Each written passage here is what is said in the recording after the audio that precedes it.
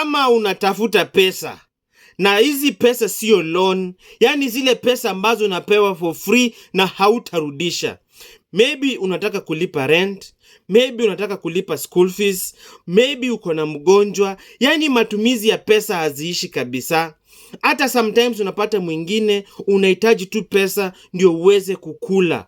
Biashara zako labda haziendi vizuri, kazini labda ulipwi vizuri, ama hata ulipoteza kazi, maybe tu unapata tu mashida mingi zinakuandama.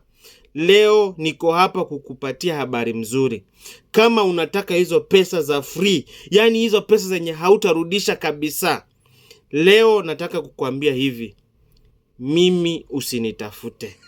Hata mimi sina pesa. Natafuta pia mimi mtu mwenye atanisaidia.